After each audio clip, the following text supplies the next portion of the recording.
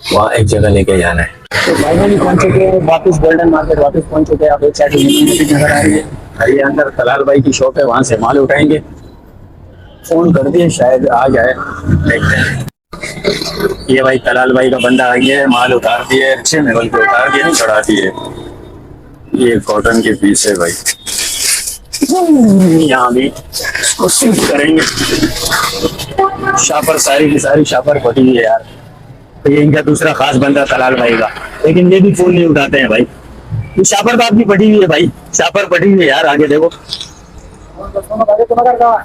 तलाल भाई से आ चुका है, कॉटन का माल है, शापर बढ़िया भाई, ये बढ़िया, और ये भी कॉटन का माल है। चलो इसको रस्सी मारेंगे और फिर निकलेंगे मौसमियात, महकमा मौसमियात की तरफ, जो सफूरा गोर से पहले आता है। अब देखते हैं असर की नमाज हम कहाँ पढ़ेंगे और अफ्तारी कहाँ करेंगे, कुछ समझ में नहीं आ रहा है, लेकिन ये व्लॉग आपसे मुकम्मल भी करवाना है। अल्हम्दुलिल्लाह खैर खैरियत से पहुंच गए हैं मौसमियात रूफी सेंटर, और हम इंतजार कर रहे हैं, क्योंकि इसके बाद का जो टाइम होता है वो हो जाता है खतरनाक। तो अब आगे व्लॉग नहीं बनाएंगे। चलो उठा लो भाई, अब्दुल्ला ने भेजा है ना। हाँ उतारो। और दूसरे शिकारी किधर गए? आ रहे हैं। चलो अभी एक बच्चे एक शॉपर लेकर के और बाकी माल उठाने ये लड़के आ रहे हैं, तो देखते हैं ये माल उतरता है।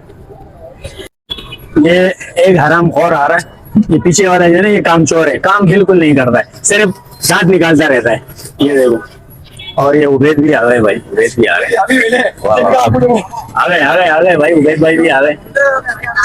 सबका यूट्यूबर और दौरे हाजिर का बहुत बड़ा टिकटॉकर इस वक्त आ चुके हैं हमारे पास।